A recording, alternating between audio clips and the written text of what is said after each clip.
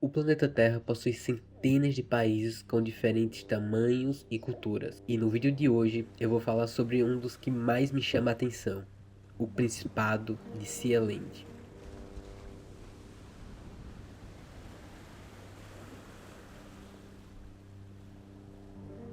O Principado de Sealand é uma micronação que fica no Mar do Norte, próximo à costa inglesa, e é considerado o menor país do mundo.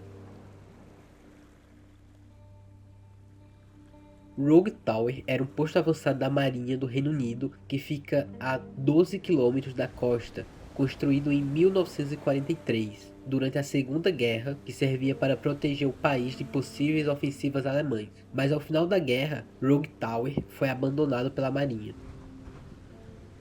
Paddy Roy Bates, que era um pescador e radialista inglês, se mudou para Rogue Tower com a sua família para transmitir sua rádio pirata, a Rádio Essex. Quando a família Bates chega na plataforma, eles conseguem expulsar Jack Murray do local e ainda no ano de 1967, Roy declara a plataforma como uma nação soberana, de nome Principado de Sealand.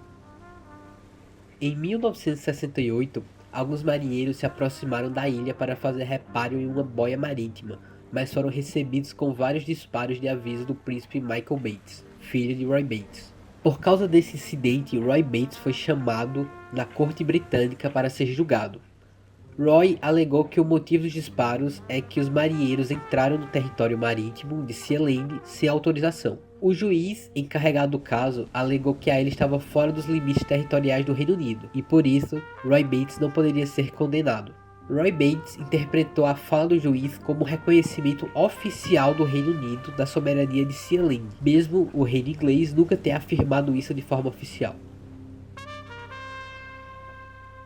No ano de 1978, Sealand viveu o que é considerado a sua primeira e até então única guerra, quando o empresário alemão Alexandre Achterberg, que se declarava primeiro-ministro de Sealand, aproveitou que Roy Bates estava viajando e contratou um bando de mercenários para dominar Sealand, com a intenção de construir um cassino na ilha. A ocupação durou aproximadamente 3 dias e os mercenários mantiveram o príncipe Michael de refém. Mas felizmente, Roy Bates conseguiu retornar a Sealand e livrar seu país dos mercenários. Infelizmente, não se tem muitos detalhes dessa parte da história. Depois desse caso, o governo da Alemanha mandou um diplomata até Sealand para se desculpar pelo ocorrido.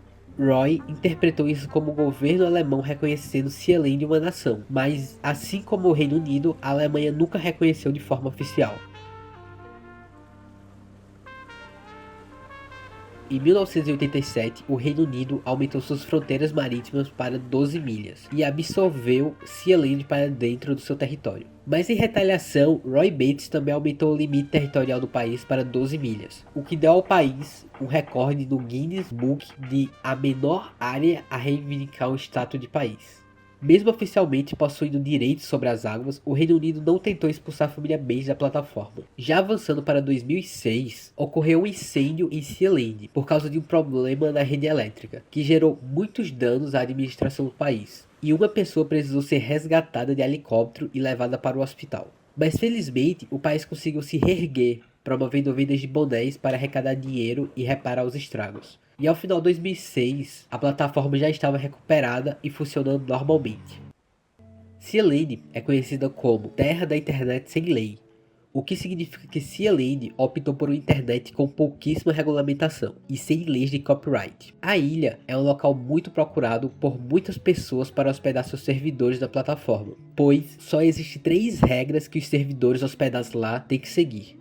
É proibido conter bots de spam, proibido hacking e proibido pornografia infantil. Além disso, qualquer outra coisa pode ser hospedada nos servidores.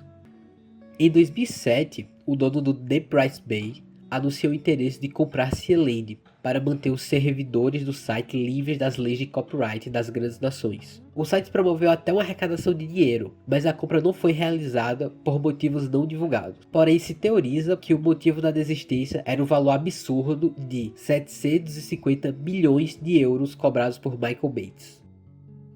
Roy Bates faleceu aos 91 anos em 2012, e então seu filho Michael se tornou o rei de Sealand oficialmente, mas desde 2006, Michael já governava o país por causa de um diagnóstico de Alzheimer do seu pai. Sea Land tem apenas 2 moradores permanentes na ilha, que são 2 zeladores que mantêm o país em ordem.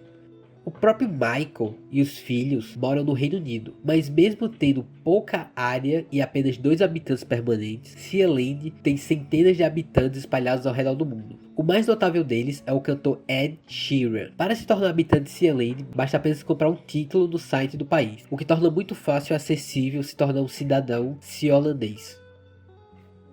Sea Land tem sua própria seleção de futebol, a Seleção Seolandesa de Futebol. Foi fundada em 2003 e era composta por atores, ex-jogadores de rugby e membros da realeza.